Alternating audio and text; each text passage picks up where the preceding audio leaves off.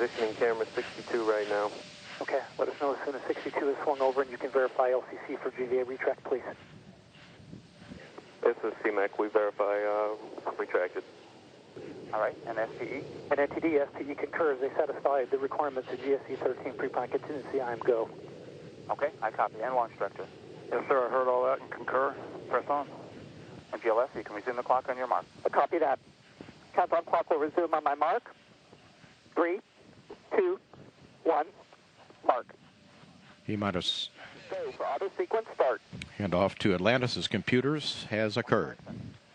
Solid rocket booster nozzle steering check and work. 20. Firing chain is armed.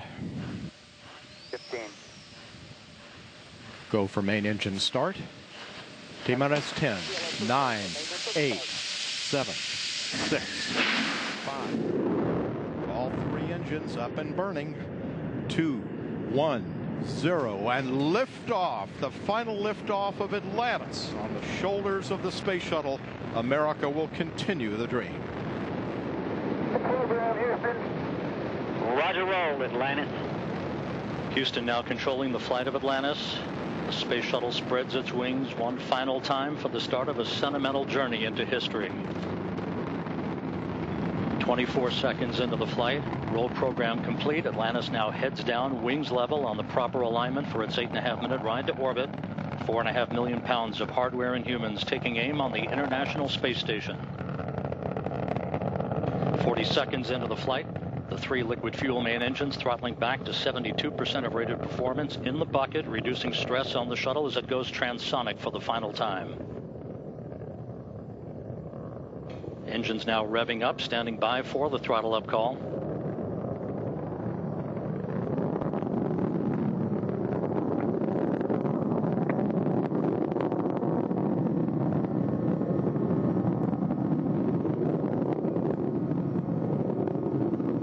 Atlantis, go at throttle up, no action, DPDT.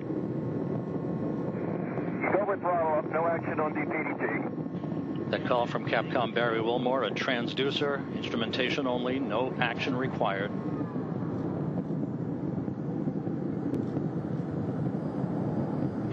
Atlantis now 15 miles in altitude, already 16 miles downrange from the Kennedy Space Center, 1 minute 40 seconds into the flight. Atlantis flexing its muscles one final time. Atlantis traveling almost 2,600 miles an hour, 21 miles in altitude, 24 miles downrange, standing by for solid rocket booster separation.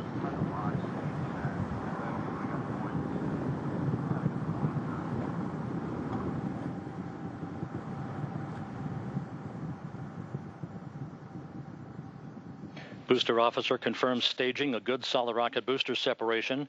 Guidance now converging. The main engine steering the shuttle on a pinpoint path to its preliminary orbit.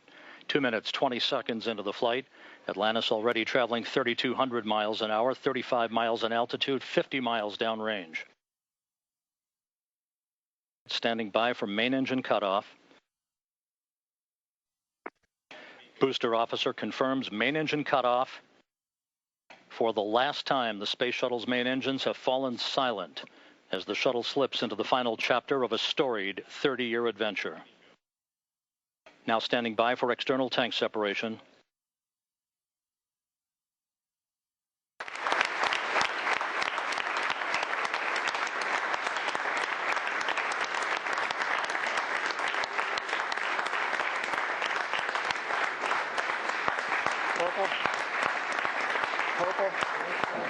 Words can't express the pride that I have in all of you and the gratitude that I have for the job that you do.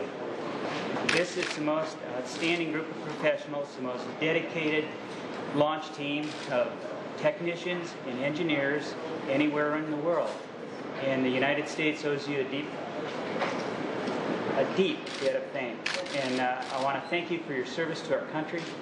Thank you for your service to NASA and the Kennedy Space Center, to the shuttle program, and most of all, thank you for this outstanding ride that we have had for the last 30 years aboard a United States space shuttle. You guys are absolutely the best. Thank you.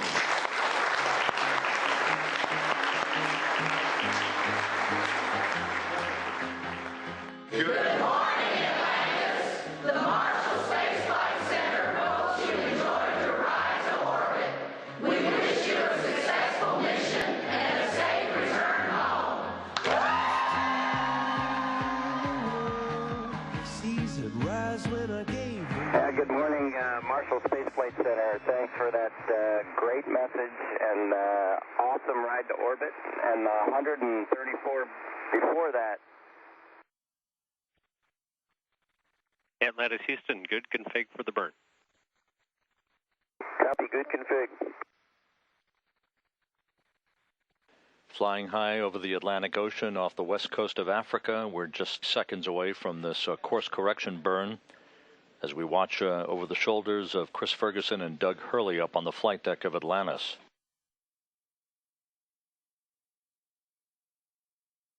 You could see very clearly the cannon-like jolt of those big orbital maneuvering system engines. And courtesy of space station cameras, our first view of the shuttle Atlantis. Good burn, Atlantis. No trim required. Copy, good burn.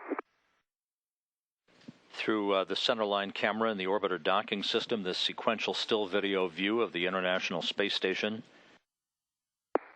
Atlantis station on the big loop. We have you in sight. Excellent. We'll be there soon. We're waiting. Atlantis Houston, you are go for the RPM. Go to proceed inside 600 feet. Houston station, Atlantis on the big loop, initiating RPM in 3, 2, 1, mark. We copy. Houston copies. With that, Commander Chris Ferguson now will begin the slow 3/4 of a degree per second rotational backflip. This again is about a 9-minute maneuver. You'll hear the start photography call initiated when the orbiter is in the correct orientation of this procedure. The actual R-bar pitch maneuver will last about 9 minutes in duration. About 93 seconds of available photography for Sergei Volkov, Mike Fossum, and Satoshi Furukawa.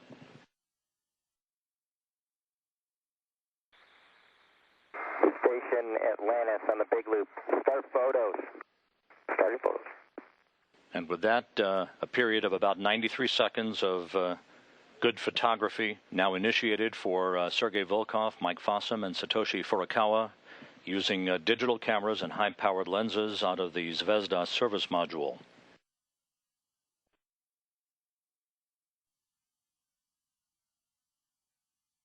The rendezvous officer indicates to Flight Director Quatsiela Barujo that Commander Chris Ferguson has flown a textbook R-bar pitch maneuver. And you can see the structure of the International Space Station now coming into view as both spacecraft pass over the limb of the Earth. Atlantis coming up on the so-called V-bar, the velocity vector. Atlantis Houston on the big loop. The teams have been pulled in concurrence. You are go for docking. Atlantis on the big loop, copies. Go for docking. Houston and station Atlantis on the big loop. We don't see a flyout. We're initiating final approach. Houston copies. Station copies. Pilot Doug Hurley informing both station and shuttle flight control rooms that no flyout is required, meaning no additional alignment required. Commander Chris Ferguson is dead spot on with the two docking mechanisms perfectly aligned. Contact, docking confirmed. Capture confirmed at 10:07 a.m. Central Time. Houston, station Atlantis, capture confirmed, and we see free drift. Station Atlantis Houston, station free drift is confirmed.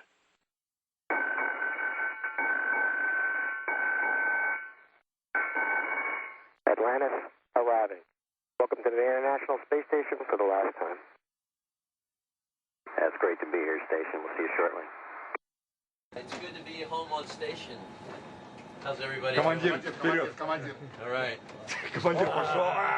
Big Russian hug. Командир пошел. Big Russian hug. How you doing, guys? Good to see you. Hey, Doug, Doug. Dougster. Вот, теперь можно. Hey, Mike. Fine, thank you. Great to be here. Finally meeting aboard the ISS. 3 years later.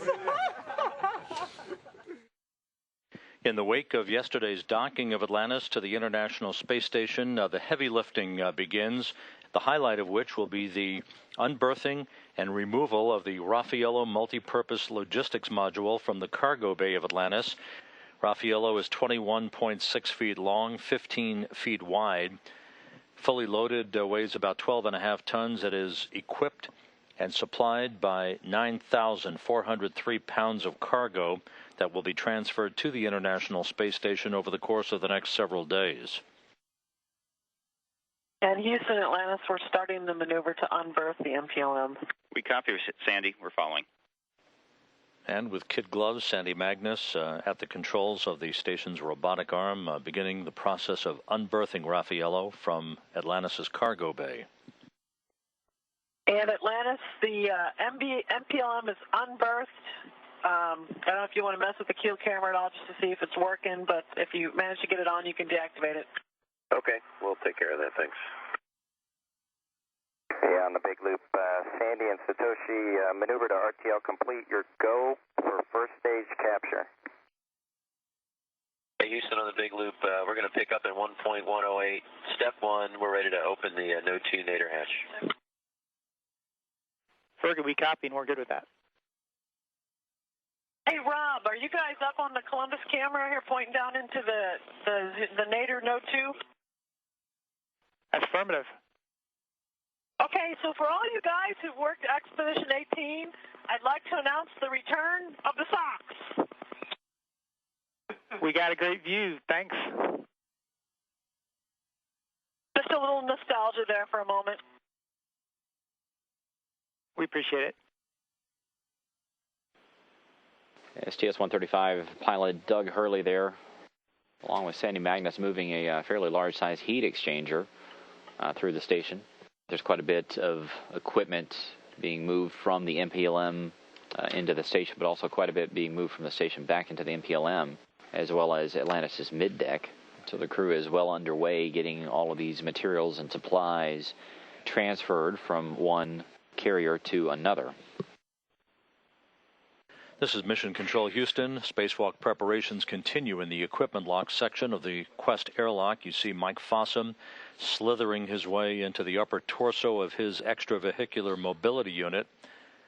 Not the easiest task in the world, but with the assistance of Satoshi Furukawa on the left and Atlantis Commander Chris Ferguson on the right.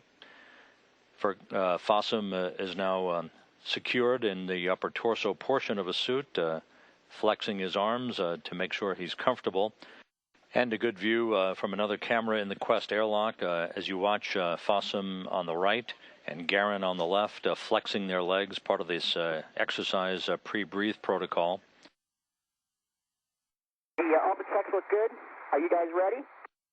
ED1, born ready. Mike was always born ready. Okay, when someone catches cover is open, you can egress the airlock ED1. All right. Be attaching an anchor hook to the aft external D-ring. Ready, you ready to rock and roll? Ready to rock and roll. Let's go, buddy. Time to get to work. We started out installing the new COLT tools, or the Contingency Operation LAPA tools, onto the backside of the pump module platform.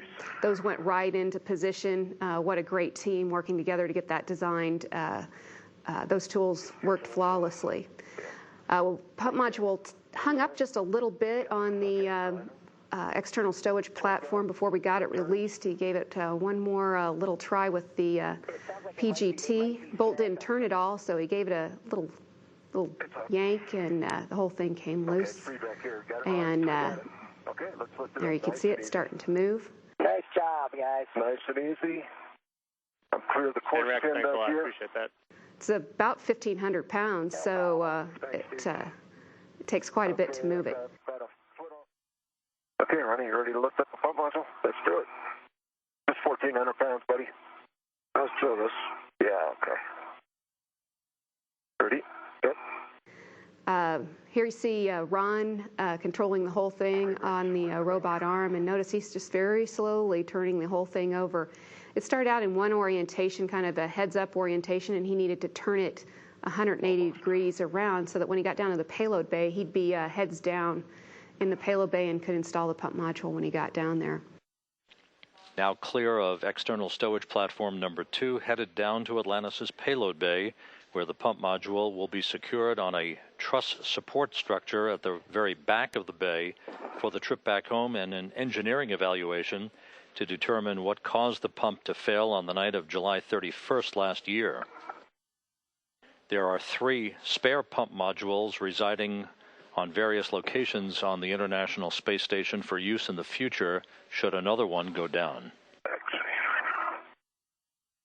Nice looking spaceship you guys got here. Why, thank you. Mike Fossum is preparing the work site at the mission peculiar support structure, as it's called, the cargo truss, basically at the back of the cargo bay of Atlantis.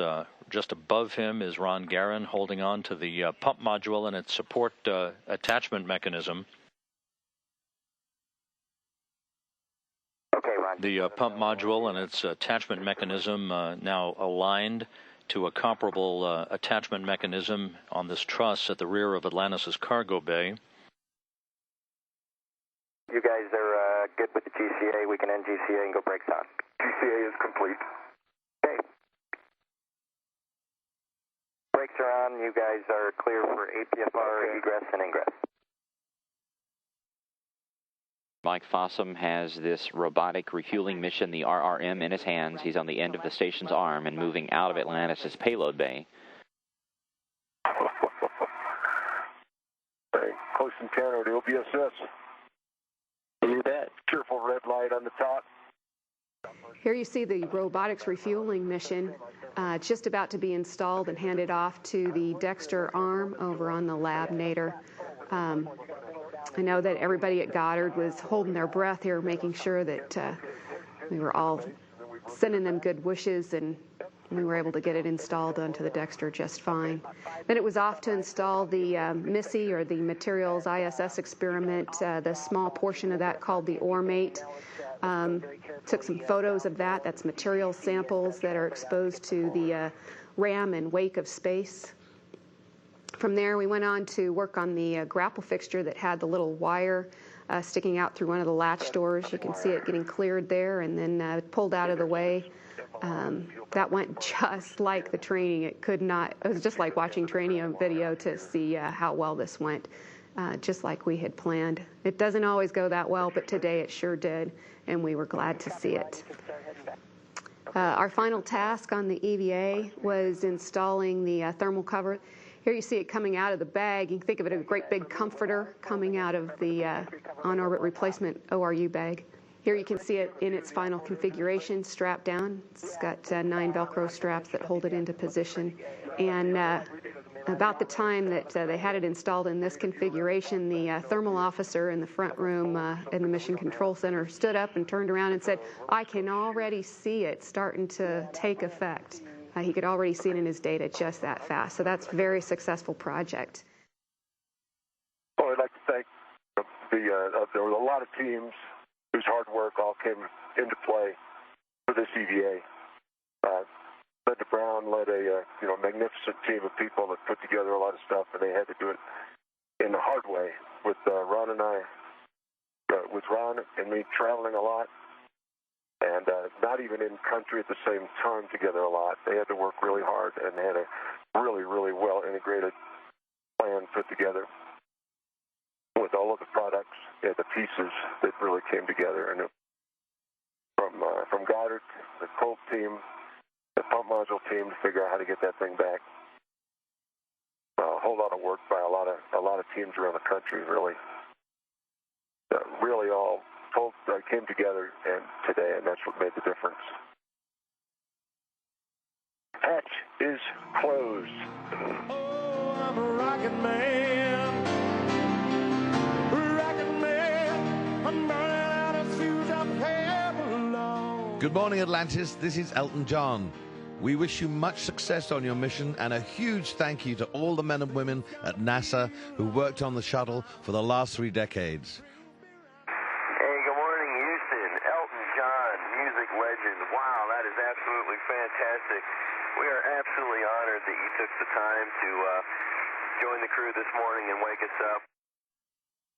The spectacle of yesterday's 6-hour, 31-minute spacewalk by Mike Fossum and Ron Guerin has morphed into what essentially is a blue-collar day for the 10 crew members on board as we move into the heart of the mission and what this flight is really all about, and that is namely the transfer of almost a year's worth of supplies from Atlantis' cargo module, the Raffaello multipurpose logistics module that was attached on Monday to the Earth-facing port of the Harmony module of the International Space Station through the use of the station's robotic arm.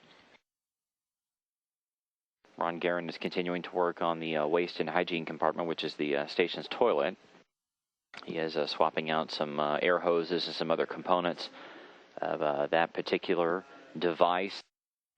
Hey, that's the great thing about space flight. You know, one day you're doing the most outrageous thing humans have ever done, you know, spacewalking. The next day you're fixing toilets and packing boxes.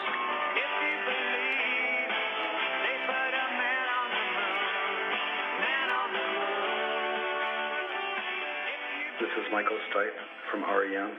We wish you much success on your mission and thank all of the women and men at NASA who have worked on shuttle for 3 decades.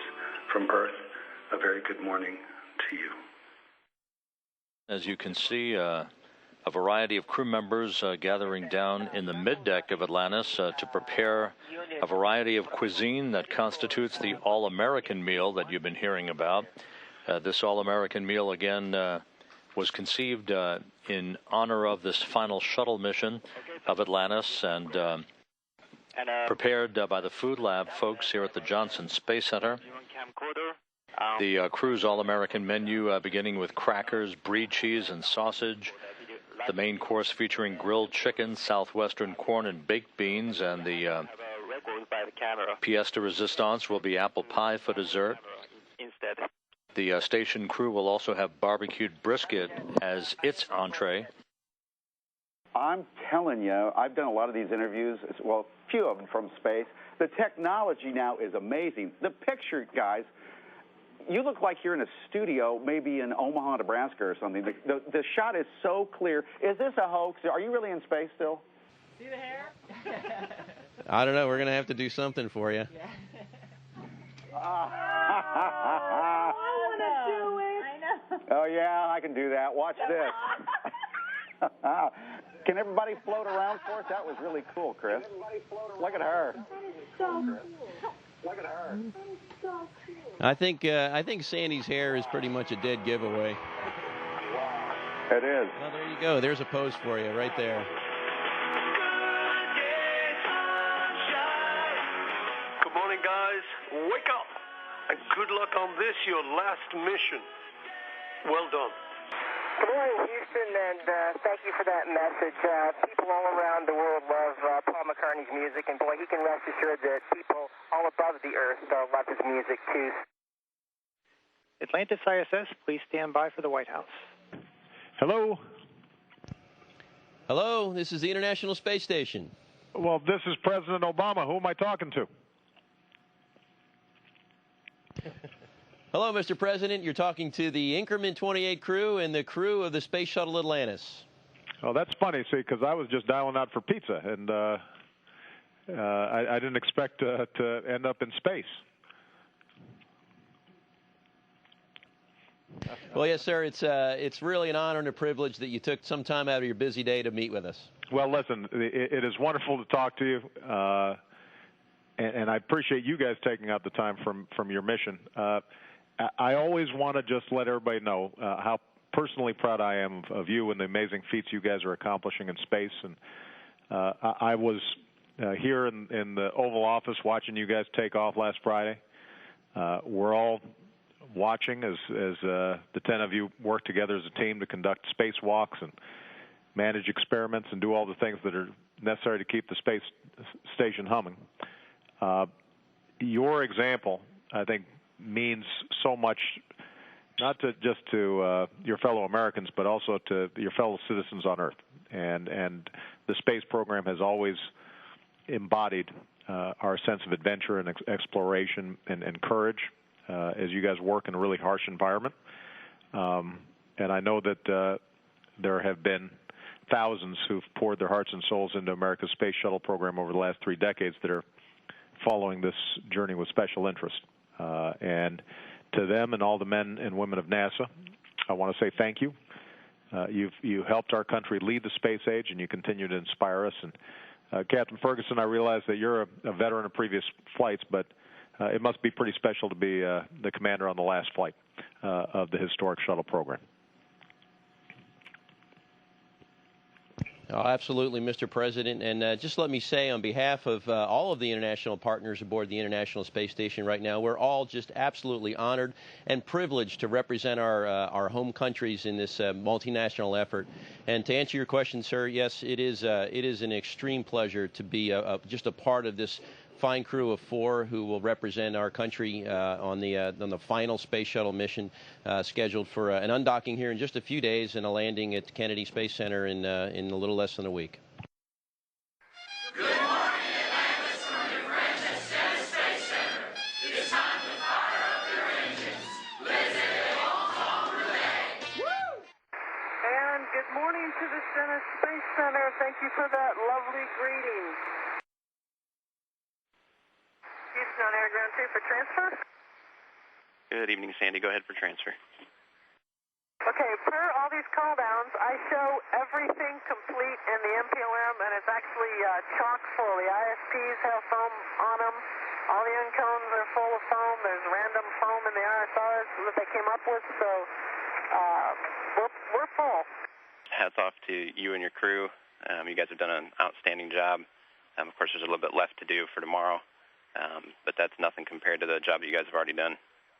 Well, it definitely was challenging, but everybody pitched in, and of course, I mentioned it before, we had a good plan. You guys did a lot of great groundwork getting us set, and if you guys wouldn't have done such a good job, and the folks at KSC getting stuff packed and keeping track of all the small things, it would have been a nightmare for us. But it really did go smoothly for all that we were working really hard, and we can't even tell you how much we appreciate all the work you guys did on the ground planning this out. Well, I can honestly say we enjoyed it in some weird way. Totally understand.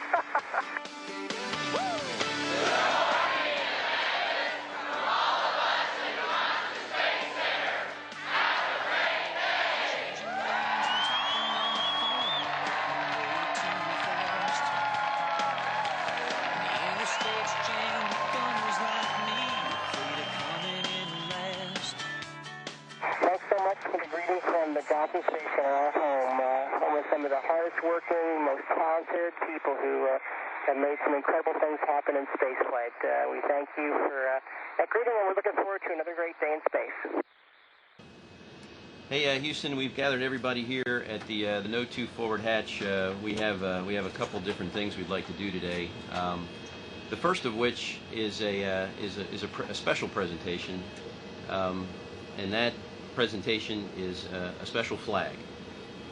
That flag was handed to me personally just a few days before launch, and the crew of STS-135, the final shuttle mission, brought it to the International Space Station. And since we've been here, we've prominently displayed the flag on the forward flight deck. We actually had it there a little bit earlier on for a public affairs event, but Doug and I, Rex and Sandy, we just really liked it. It symbolized what we were all here for, and we left it there permanently. And I think it made us feel good. Well, we have that flag, and that flag is significant not only because we brought it up on this flight, but because it also flew on STS-1. This flag represents not just a symbol of our national pride and honor, but in this particular case, it represents a goal. This flag also will be flown prominently here by the forward hatch of No. 2 to be returned to Earth once again by an astronaut that launches on a U.S. vehicle, hopefully in just a few years. Atlantis Station, Mike on the big loop. Station is ready for undocking. Atlantis copies. Physical separation, Houston. Houston copies. Undocking confirmed at 1:28 a.m. Central Time. Atlantis weighs anchor from the International Space Station for the last time. 12.5 years of shuttle missions to build and service a 1 million-pound complex at an end.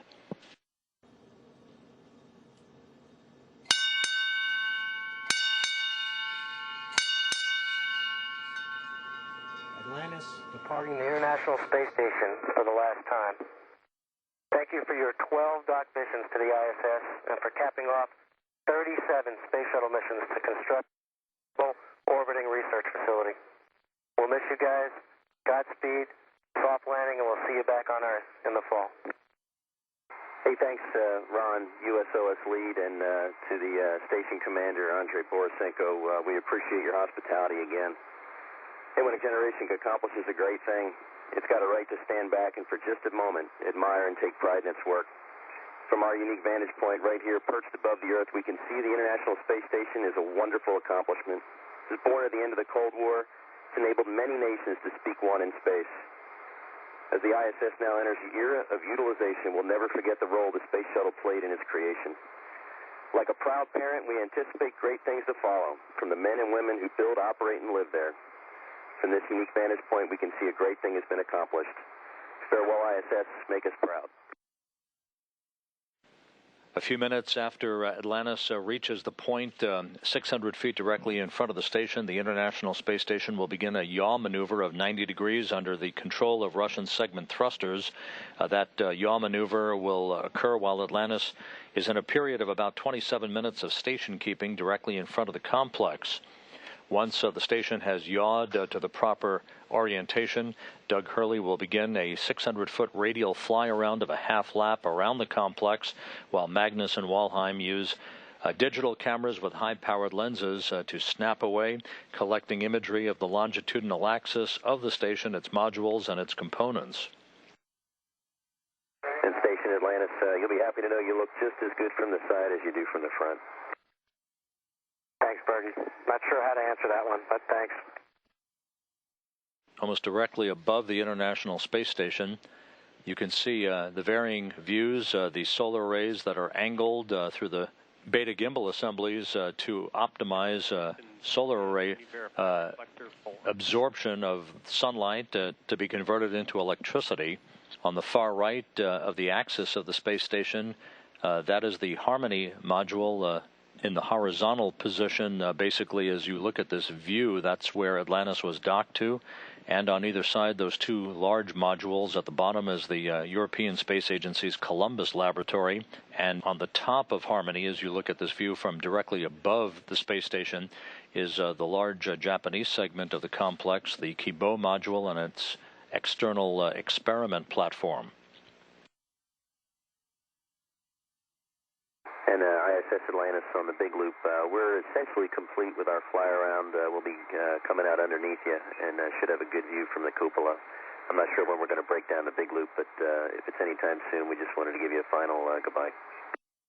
Hey, thanks, Fergie. We'll be watching you from the SM windows, and you guys look really good on the fly-around from what we can see. And again, thank you so much for all that you guys have done for us up here. We really, really appreciate it.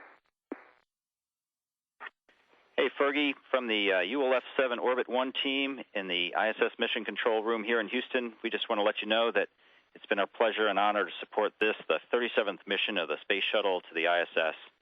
And we're proud to be the last in a countless line of mission control teams that have had the honor to watch over the ISS while Discovery and Endeavour and Atlantis have visited over the last 13 years.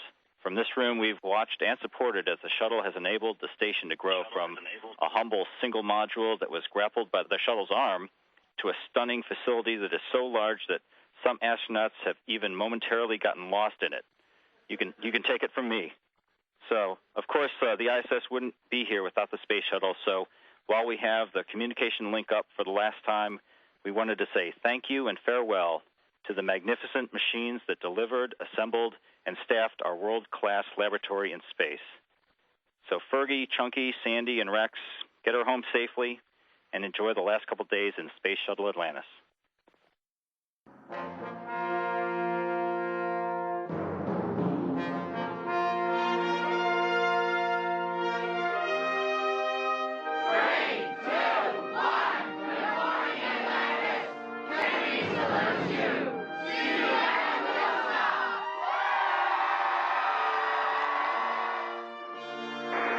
in Houston, and to the great folks at the Kennedy Space Center who've cared for these vehicles for the last 30 years, a special good morning to you.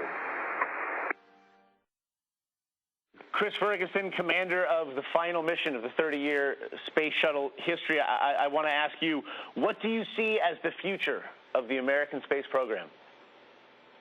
Well, we were discussing this just the other day. You know, it may seem like a sort of an ending, and I suppose to a degree it is. You know, the space shuttle's been with us. It's been the heart and the soul of the human spaceflight program for about 30 years, and you know, it's a little sad to see it go away.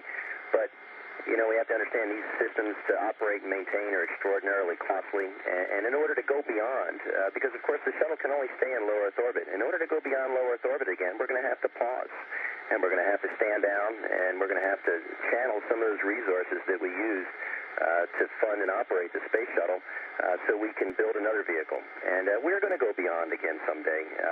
Hopefully it's in the not too far distant future. And we'll turn over this low Earth orbit business, this space station servicing business to commercial companies.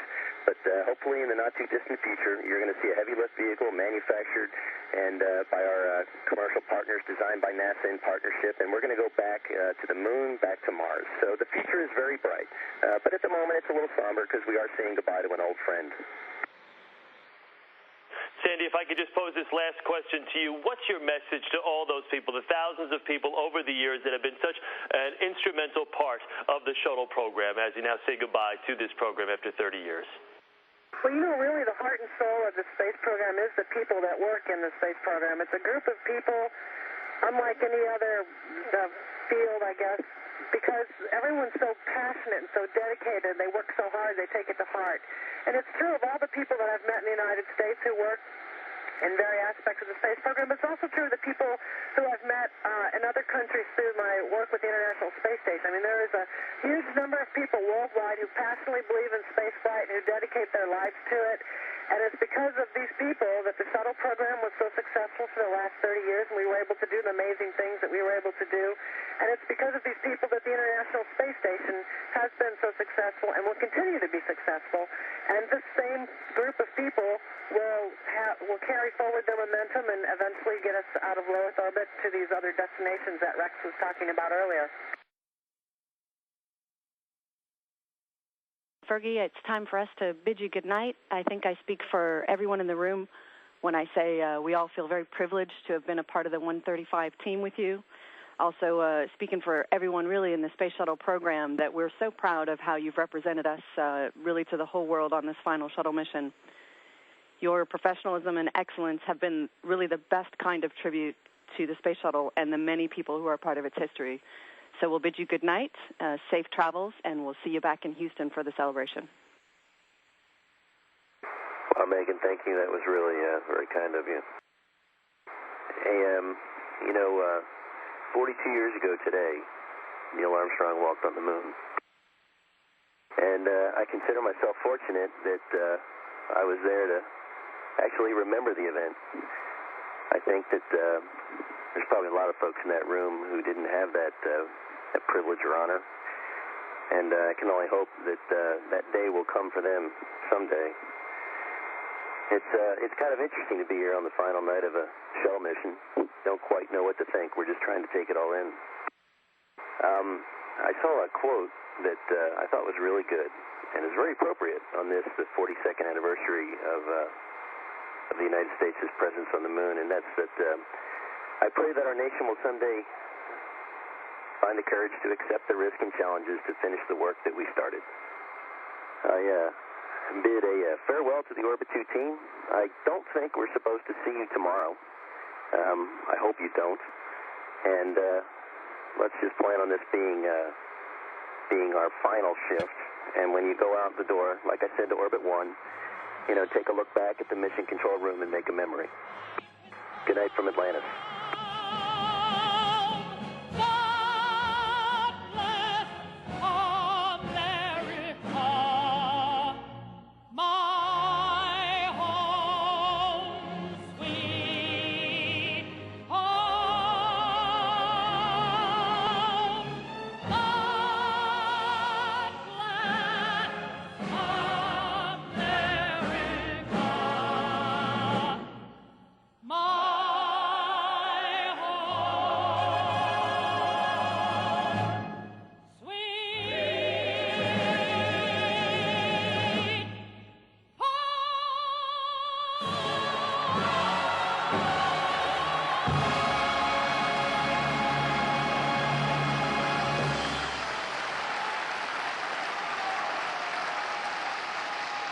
Good morning, Atlantis.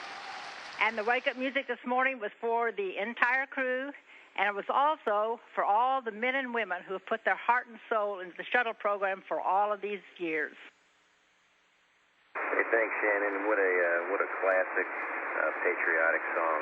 So appropriate for what will likely be the shuttle's final day in orbit. And thank you to America for supporting this program. And we'll see you on the ground here in a few short hours, hopefully. Atlantis, Houston, everything is looking fantastic. Therefore, you are go for the deorbit burn, and you can maneuver on time. Hey, great news, Butch. Thanks. Go for the deorbit burn, maneuver on time. Now looking over the shoulder of pilot Doug Hurley on the flight deck of Atlantis, this pilot point of view camera. Atlantis soon will be going subsonic. Our first view through infrared cameras at the Kennedy Space Center. Commander Chris Ferguson now flying Atlantis.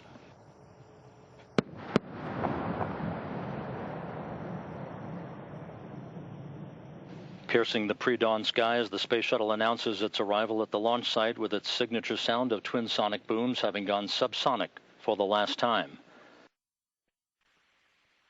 Hey, field in sight, Houston. Copy, Atlantis. Field in sight. The pre-flare maneuver executed.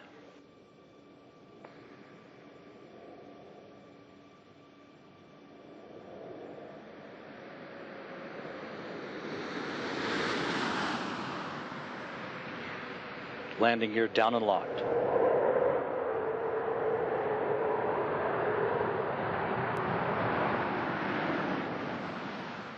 Main gear touchdown. Hurley now deploying the drag chute. Ferguson rotating the nose gear down to the deck.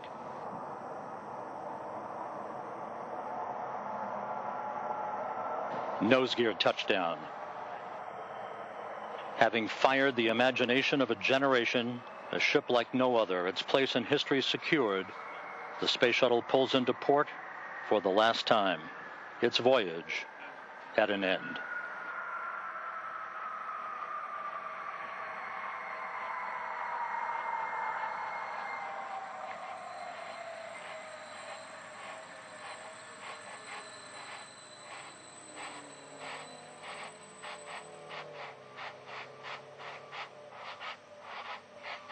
Mission complete, Houston. After serving the world for over 30 years, the space shuttle's earned its place in history, and it's come to a final stop.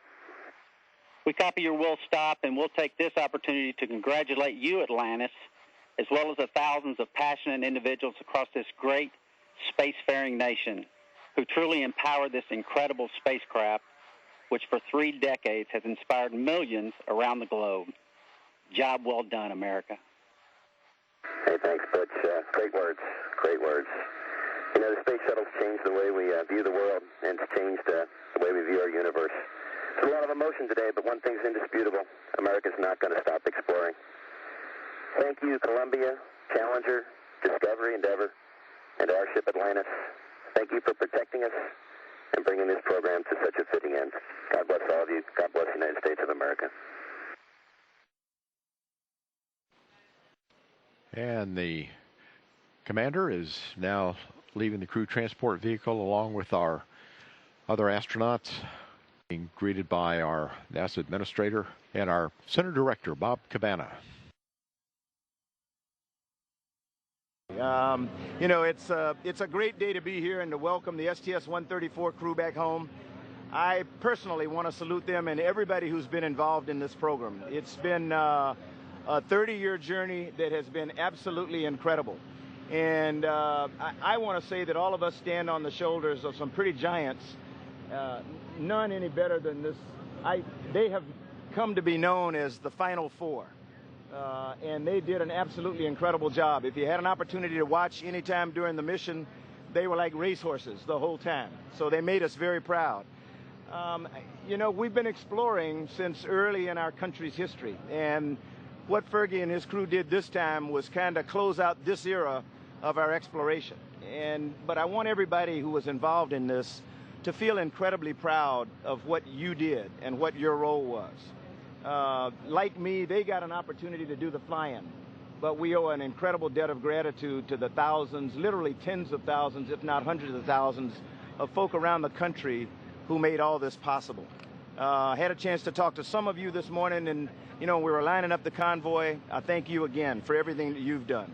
The things that we've done have set us up for exploration of the future, but I don't want to talk about that right now. I just want to salute this crew, welcome them home, let them know how proud we are of them. And Fergie, I ask you to come on up and talk for your crew there. So thanks very much. Thank you. Thanks.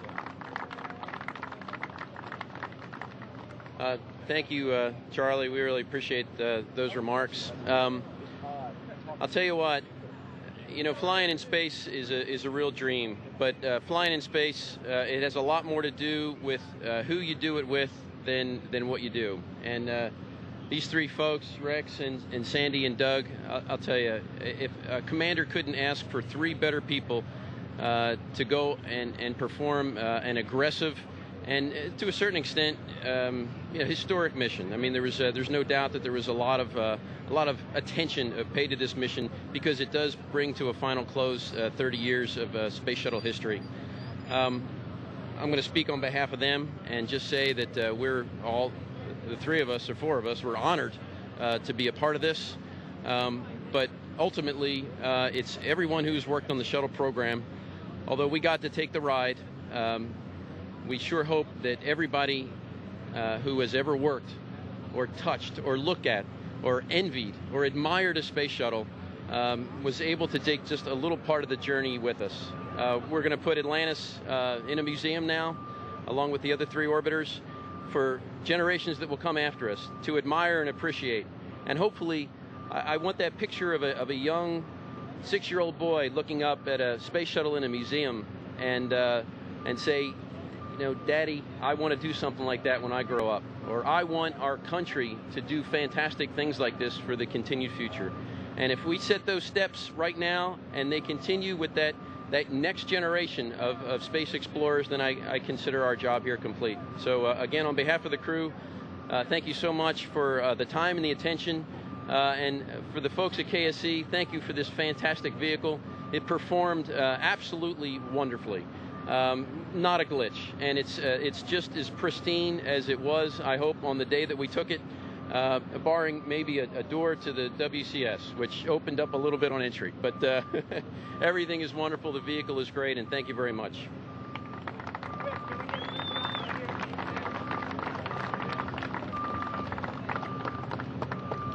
Excuse us.